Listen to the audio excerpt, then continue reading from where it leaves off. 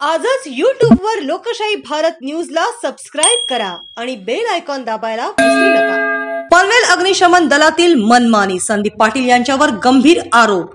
समाज माध्यमांच्या माध्यमातून उघडकीस आलेल्या प्रकरणातून पनवेल महापालिकेच्या अग्निशमन दलातील काही गंभीर मुद्दे समोर आले आहेत। नोकर भरती प्रक्रियेत स्थानिक मुलांना डावलून नवीन कर्मचारी भरती केल्याचा आरोप आहे। यामुळे स्थानिक युवकांमध्ये असंतोष निर्माण झाला असण्याची शक्यता आहे। नवीन कर्मचाऱ्यांना अनुभव नसल्याने अनेकदा अग्निशमन गाड्यांच्या अपघातांच्या घटना घडल्या आहेत। यामुळे शहराच्या सुरक्षेला धोका निर्माण होऊ शकतो। जुन्या कंत्राटी कर्मचाऱ्यांना शिस्तीच्या नावाखाली मानसिक त्रास दिला जात असल्याचा आरोप आहे। संदीप पाटील यांची बढती वादग्रस्त असून त्यांच्या पात्रतेबाबत प्रश्न उपस्थित केले जात आहेत। शिस्तीच्या नावाखाली कर्मचाऱ्यांवर अन्याय केला जात आहे, त्यांना मानसिक त्रास दिला जात असल्याची माहिती मिळाली आहे। अग्निशमन दलातील अराजकतेमुळे शहराच्या सुरक्षेला धोका निर्माण होऊ शकतो। कर्मचाऱ्यांच्या मनोबलावर परिणाम होऊन त्यांची कार्यक्षमता कमी होऊ शकते।